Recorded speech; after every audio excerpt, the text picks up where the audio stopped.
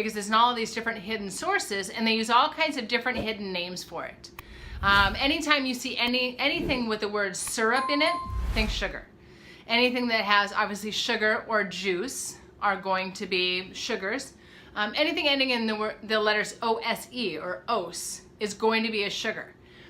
And the food manufacturers are catching on to the fact that we're catching on to them, and knowing that things like high fructose corn syrup are one of the leading contributors to diabetes and obesity. So the food manufacturers decided to get smart.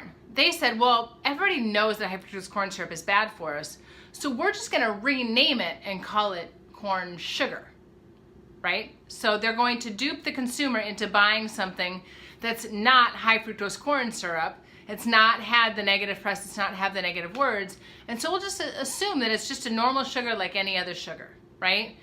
And to that point, like sugar is sugar is sugar. There is no such thing as a good sugar and a bad sugar when you're trying to lose weight or deal with inflammation. Are there some sugars that have nutrients in them as well as a sugar? Yes, like honey and maple syrup.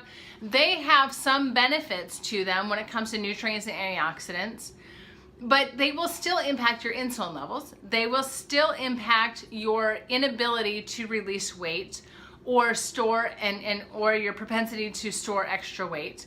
So we've got to understand the fact that sugar is sugar is sugar, regardless if it's a healthy sugar or a totally white processed sugar.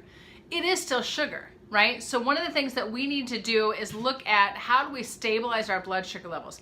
How do we keep as much sugar out of our diet as possible so that we can be able to thrive and not just survive, right? Because sugar is something our body will crave or demand when we go into survival mode.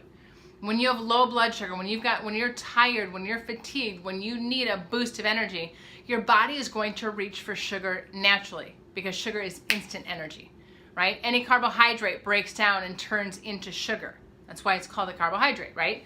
So whether it's fruit or vegetables or alcohol or sugar itself or grains, those are all versions of foods that break down and turn into sugar. You may not know that excess protein also converts into sugar.